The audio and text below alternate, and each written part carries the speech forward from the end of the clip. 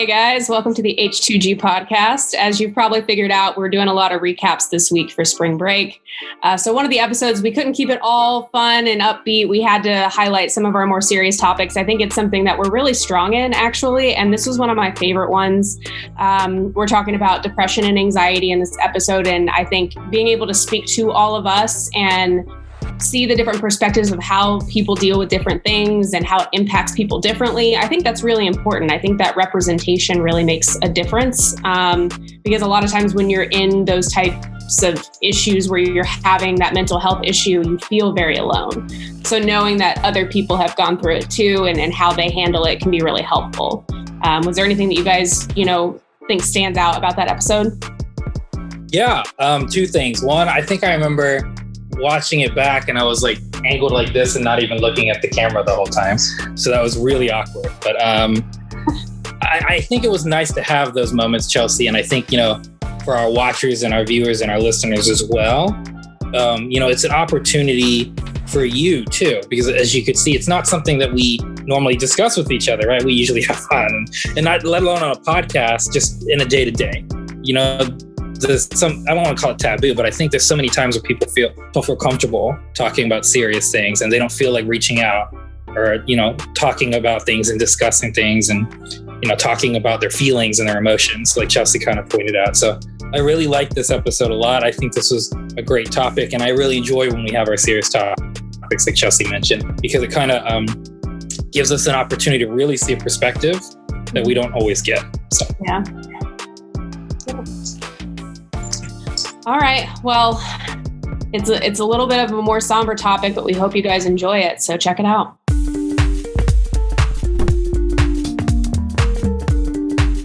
Welcome, everyone. It is Hump Day, and y'all are watching the H2G podcast. Today, we're talking about a little sensitive subject, something that hits a little close to home for everybody on the show. Now, we want to talk about what everyone does coping with anxiety and depression. What activities that you do, how do you cope with your struggles? How do you cope with just getting away? We just want to know, is there anybody in your life that struggles with something? Because I know me personally, I've had people in my life go through things that I never knew they were going through. And I was shocked to find out that, they were going through something. I had to find out in the worst way possible. So, not exactly a jolly good Wednesday, but we wanted to jump off the comfort cliff today. And I wanted to start with Justin, man. So, what do you do to cope with, anxiety or depression or, when you're struggling, when those things in your life just seem to just mount up on you? What do you do, man? Oh man, that is a loaded question and a half. Pretty loaded. Yeah. Depression and anxiety. So here's something I'd like to clear up, because I feel like, there's a stigma or at least a social belief that depression is either, some people actually literally believe it, that it's just a cope or a reach for attention or something like that. There's some people that truly believe that, that they actually believe your good days and you have bad days, but you just deal with it because that's life, and that's fine. If that's what makes you comfortable, that's what makes you comfortable. But depression itself, anybody can be hit with it. You don't have to be clinically diagnosed. You don't have to be, it's not some cop-out that people are making for living life. It's a condition that people are suffering from, and it can happen to anyone. And it's probably happening to more people this year than it has ever happened before. I guarantee, we've talked about in the past, on this show, that quarantine is probably making life hell for a lot of people, because they've learned to live this routine where they're away from their family members, away from their significant others, and then they come back together and they can take each other in doses. Not that that's what the relationship is built on, but now that they're around each other 24/7, it's like the first time you moved in with someone. I used to say it all the time. You don't really know somebody until you try to be their roommate, because then you're around them all the time. And that's when you kind of learn the dynamics of that relationship, whether it be friendship, family, actual, relationship, whatever you want to call it. What I do to cope with depression is literally identify it, understand that that's what's going on, that I am letting the negative outweigh the positive, that I am allowing myself to succumb to this. Not that it's that easy, not that you can avoid it, not that it's not normal, but I have to own the fact that I'm letting it win right now. I have to do something about it. And there's so many things that you can do. First and foremost, there's always someone to talk to, because you're not alone, and depression is all over. I mean, it literally can and will happen to almost everyone in some shape, form, or facet at some point in your life. It's life. But you don't have to deal with it alone. You don't have to just suck it up. Some people have that mentality. Just suck it up. You're not that depressed. There's nothing there's way worse things in the world. I've heard that before. Feel better. I've heard that a lot before. I hope you feel better. The mind is very tricky. It's very intricate. It takes down a lot of information and it stores it, and then it projects that back for you in the form of thought. And sometimes it just keeps projecting combinations of negative moments in your life, and it's so easy to lose that fight. So own it, own that that's what's going on, that you're letting life win and you're letting negative win. And then find the things that make you happy, find the things that bring you joy, prioritize those when it comes to your extracurriculars. And then when it comes to work or school or your day-to-day, find the parts that you're the best at and congratulate yourself for it, and live in that and rejoice in that. If you're a server and you love the closing portion of serving, when everybody's satisfied and had a great meal, push through all the negative things that are happening with your day, push through the cooks that are taking too long and the other server that's now called off, so you have 2 extra tables, push through all that and get to that close, and then just enjoy that, because you deserve it. You're dealing with all the negative, right? Find ways to reward yourself, identify it, and I know that you're not alone. I guess that would be my 3. And then as far as anxiety, that's just as tough, if not tougher. And I don't know. I wish I had a full answer to how to deal with anxiety, because I suffer from anxiety worse than anything else. People who try to drive me around know that. So I won't touch as much, because I know I've been rolling for a little bit. But yeah, reach out to me. You can reach out to me if you're listening and you need someone. You can reach out to me. I appreciate that, man, because I feel you completely. Feel better, or it's gonna be okay. Pick your head up. I completely get it. Richie, man. Well, I'm not going to speak too much about this, but what I'll say is anxiety and depression. We'll go one at a time. I think the easiest thing, not that anxiety is easy to deal with and not that depression is easy to deal with, is I always first focus on identifying like what's causing it. Like, what am I thinking? What's leading to this? What's the thought pattern? Why is it like it's something I'm afraid of? Is it a concern? Trying to get control back is usually the fastest way for me to identify like what my anxiety is and how I can remove it. So trying to find control. So after I think about like where is the loss of control, because that's usually how my anxiety happens, then I just focus on like breathing, to be honest. Breathing's like the next step. If breathing doesn't work and I'm at home, then after that, I like to do like aromatherapy, whether it's like a candle or some sort of like scent. Oils also work. There's plenty of essential oils you can do. If that doesn't work, after I've gone through like the scents and trying to like relax myself, breathe, I'll go for like a walk, or I'll do, some light cardio or like light weights, something to just get my body moving so I can focus on something else. And if I'm still feeling like really shitty after that and I'm still like really anxious, then kind of just write my thoughts down. Because it's like, again, it's going back to step 1, it's like loss of control. So sometimes like writing down, what the loss of control is and how I'm feeling about the emotion of it, will help. But again, does this always work? Is this always my pattern? Absolutely not. But it's usually how I focus on my anxiety. I don't get it too often. Usually it's work related. So a lot of the things I just mentioned, I have to pull back. Like aromatherapy is obviously not an option, but the other things are, and I'll breathe and I'll go for a walk when I'm at work because I do work on site, and then I'll write things down. So that's kind of how I focus on anxiety. Depression, that one's to me a little tougher personally, because that's anxiety is what I would say more fleeting. It's definitely scary and just equally as scary, but usually it's something that passes a little quicker. Depression tends to be like a mental state and a state of mind in a period of time. And Justin hit a lot of the points. I'm trying not to go to it too much, but honestly, having a support network is the first and foremost most important thing. Marv kind of already mentioned it earlier. It's a lot of people, depression, mental health is such a stigma in society still, and it shouldn't be, but for a lot of people it is, and they don't like to talk to other people about it, even their friends. It sounds like Marvin does have a couple that he does talk to, but having a network is really helpful. You can't bottle things in. And honestly, therapist is super helpful too. Even if you have a network, having a therapist, I'm telling you, having a third party who can really, for one, is an expert in the field and understands your thought process as a person and a human being and etc. It baffles my mind sometimes when people try to handle things with oh, I don't need a therapist, as if that's a bad thing or a weakness.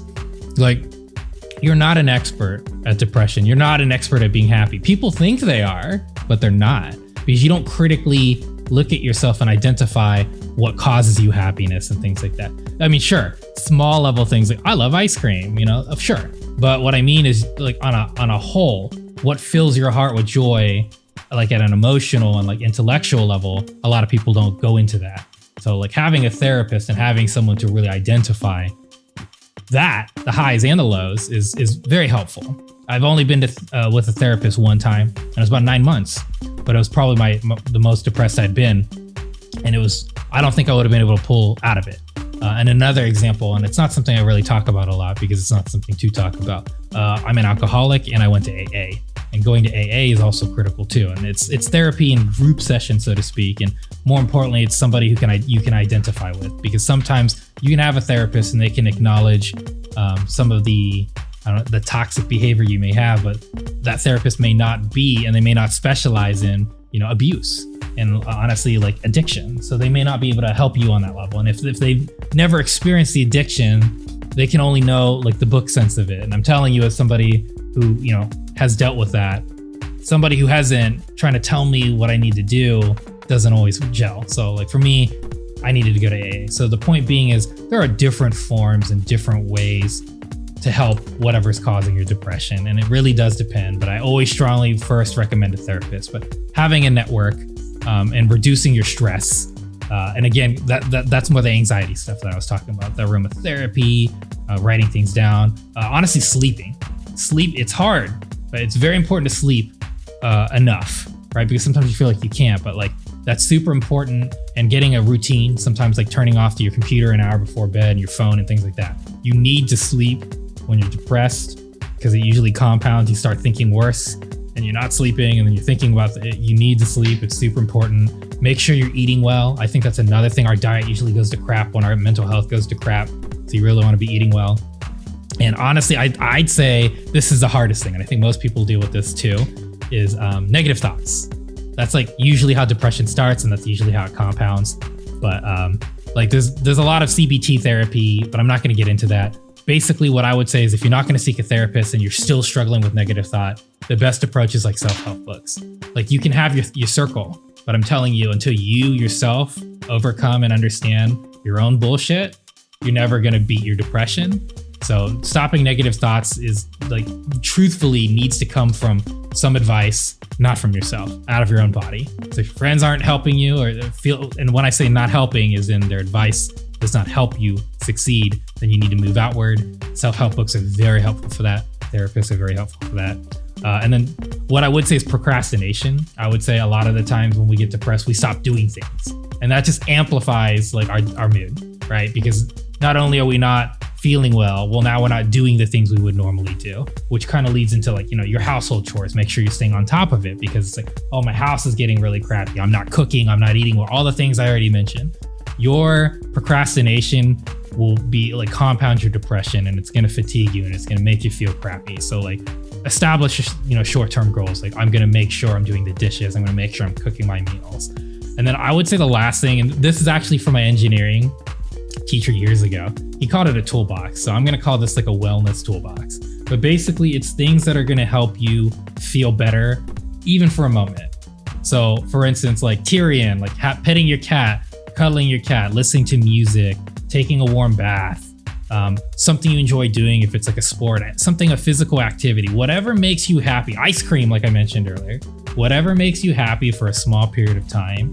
You need to have that wellness toolbox for when the other things aren't working. You can kind of dip into that, and then you can get the motivation, you can feel a little better, and you can focus on, like I was discussing, not procrastinating and trying to stay away from negative thoughts and having good habits, whether it's sleeping, eating, staying away from stress and things like that. So, I mean, those are just like things that I personally do.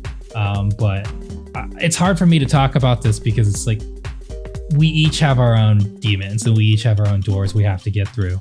And what my successes or my failures don't necessarily apply in good or bad to you.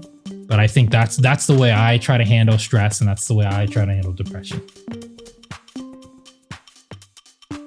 I really appreciate you sharing that, Richie. And I love that you touched on having a wellness toolbox, because it really takes a lot of courage and self-reflection and curbing one's pride to say, I need some help. So I completely get it. Christy, how about you? Richie really covered a lot of stuff there. He is a wealth of information. If you ever need anything from Richie, he will be there. If you need to talk to him, he is in my toolbox. I love him so much. He listens. You just need one of those people in your toolbox. H2G support group. Yes, he is one of my people. But as we talked yesterday, one of my tools is going on a walk, getting out of my environment, because when you're just around the things that are making you depressed, because I've suffered with depression for a lot, like many, many years. And then getting pregnant made me have anxiety about getting depression again. So with one of my tools being walking, and after giving birth, you can't walk for like 6 weeks. So I was freaking out. I'm like, I'm more prone to getting the baby blues, which is like you get depression after you have a baby. So not being able to use my main tool after I might get baby blues, like that made me so anxious. So I use my other tools in my toolbox, and I listen to a book. I don't have to leave my bed. I can just listen to my book. It's called Furiously Happy by Jenny Lawson. It has no point to it, but she also suffers from depression and a whole slew of other issues. And if that book can't make you laugh, or if you can't relate to it when you're depressed, then I don't know what you can relate to. She talks about sloths and kangaroos, and she's just hilarious. But she also talks about you have a supply of spoons. That is what gets you through the day. So you spend a spoon getting up and out of bed, and you spend a spoon to go make yourself breakfast. So sometimes when you're depressed, you don't get as many spoons that day. So you have to spend them very cautiously. So I'm gonna use 3 spoons to get out of bed when I'm depressed. And this kid, I'm sorry, she's making a lot of noise. But just that book, and just cuddling with my dog, and but also, like Richie said, what works for me is not necessarily what's gonna work for you. So just figure out what works for you and do it. I Oh, agree, and Marvel Christy. movies. That's also another one. Marvel movies. Hey, I know you can't live without those. I know a couple of about what you couldn't live without. And I know Marvel movies is one of them. But a point be made. I mean, yeah, you're right, Chrissy. Like, it's finding something to like kind of bring some joy out of you when you're really feeling low. You know, like anything that make you laugh. I'll touch on that a little later. But that I found that to kind of be the best medicine when you're depressed, is finding, whether it's a book or movie, show, anything, to find something to get you to smile. And you never know what it could do for your mood. And last but not least, Chelsea. I know a couple of days ago you said you couldn't live without pen and paper. So I had a question. Is writing is something you like to do when you're, coping with, depression, anxiety, anything that may be mounting up on you?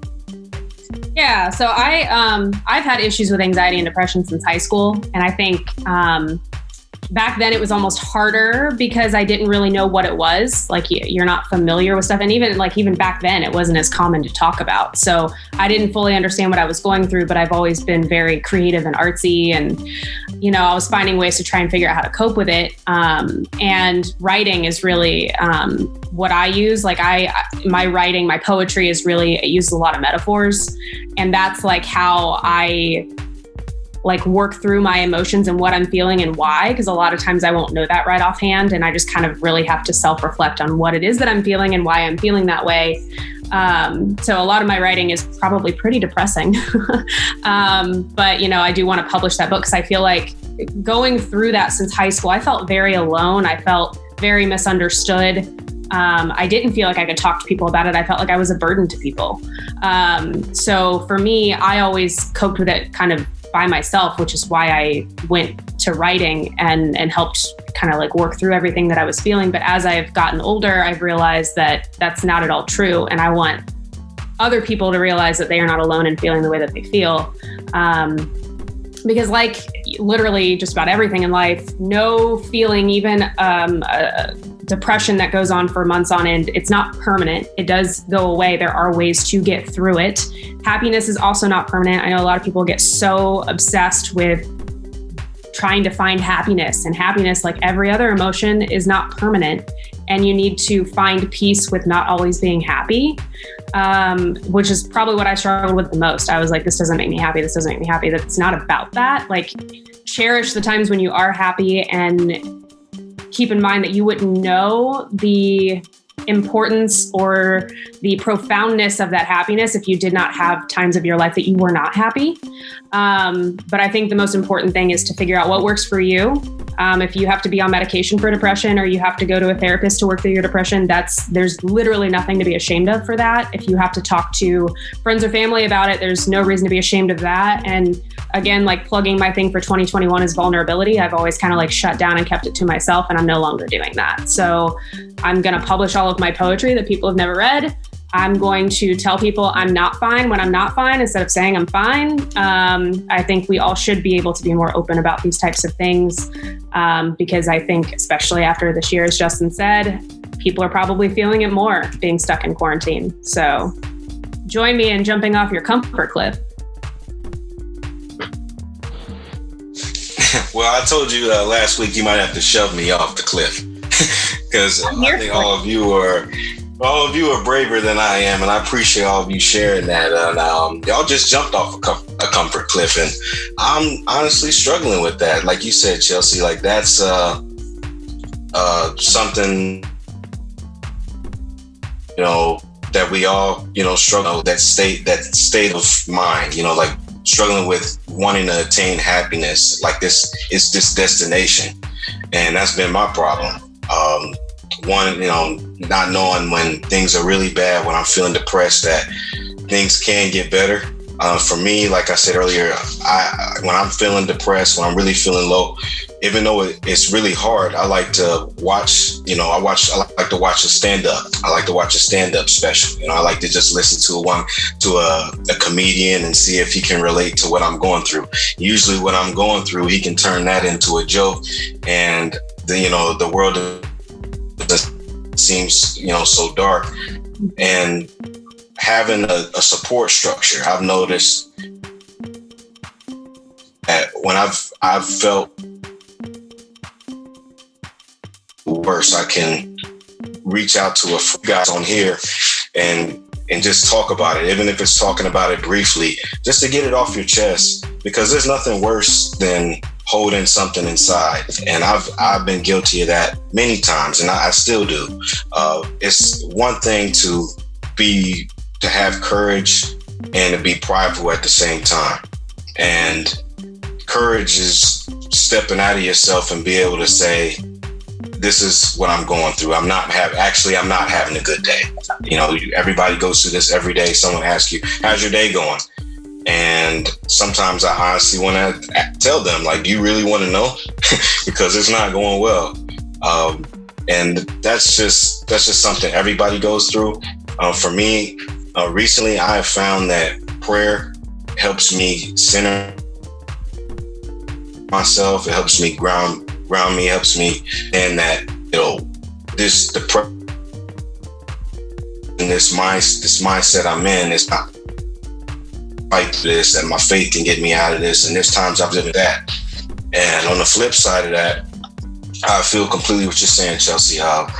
Writing is kind of an outlet for me. Even though I don't sit and write for hours, I will simply just journal like what happened throughout the day, and then kind of look at it and see, like, make an analysis. Or I'll be like, okay, I can take this day, and this is not going to be my tomorrow. This is not going to be my future. This just happened today. I'm going to leave it where it is. I can try to let it go. Easier said than done, I already know. So with my career with acting, that kind of gives me that platform and that setting to escape. I know, Justin, you might feel the same way. Whatever it was that you were going through in life, being on set and being around your castmates, being around what you love to do, your passion, which I hope all of you do out there. Whatever you're passionate in, surround yourself with it. Surround yourself with people that love what you do, and surround yourself with people that are going to support you, loving what you do. And I found that kind of just takes me away from those dark thoughts. And anxiety is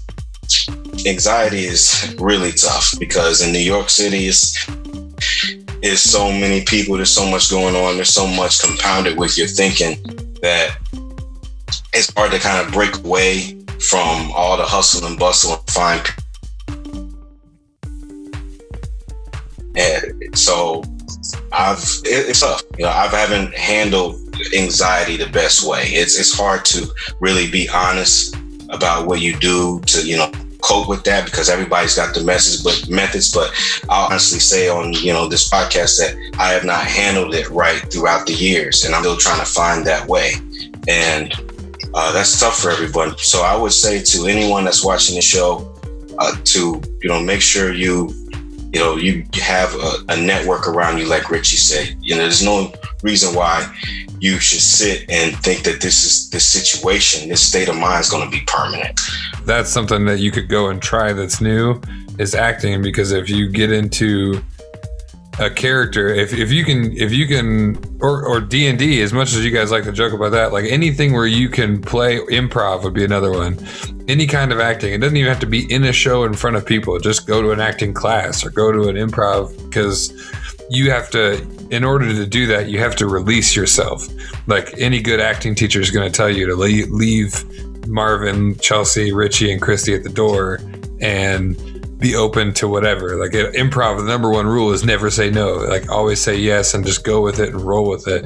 That is a really great outlet, because it probably doesn't have to, like I play villains primarily or serious roles because I go all the way there and, vet out my emotions that way. But not everybody has to do all that. It's dangerous. One of the things when I was younger that I used to focus on it's called the ladder of success. It's the idea of you have to be doing a certain thing in a certain way to be successful. And I learned very quickly, sometimes the ladder is on the wrong building. So you gotta, but it takes time and perspective to get to that point. So I was gonna kind of talk about that, and there's something else I was gonna talk about. It doesn't matter. So. It does matter, Richie. I was gonna say it does matter. I like that you're keeping the record on. It matters, man. We got B-sides. Yeah, if we're all adding more to it. I think the other thing too that I had to get used to, I used to try and like bottle everything up. Like I didn't want to feel it, or I was ashamed to feel it. I didn't want to like cry. I don't like being an emotional person, and I needed to realize that having emotions is part of being human. And so now I like force myself to feel it. Like I need to process that emotion and feel it. And sometimes that means I have to write my way through it and figure out why I'm feeling the way that I'm feeling. But, and obviously there's a time and a place for sitting at work. Maybe don't go through those emotions right then. But at some point you shouldn't be bottling it up. You need to take the time to process them and feel them and let them ride their wave through and then be done with it. So, yeah. All right. It can be tough, Chelsea. You got to give yourself time to heal. I know we were talking last week, and I know all of you've gone through this, dealing with the death of a loved one. That's one of the hardest things in life to endure. Is losing a friend, losing a relative, losing a pet, even.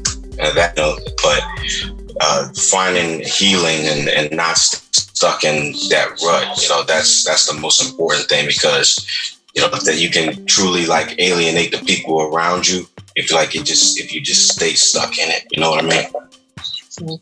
So I want to thank you all for watching and listening to today's show. All of you on this panel. I wanted to say it's tough dealing with this. I know we said this would be a jolly good Wednesday. Just want to tell you all that you're not alone. That's my final thought today. As you can clearly see from me to even steal your science, I want to thank you all for allowing me to have this platform so we can talk about this. But it's thank you all for being brave. Thank you. Thank you.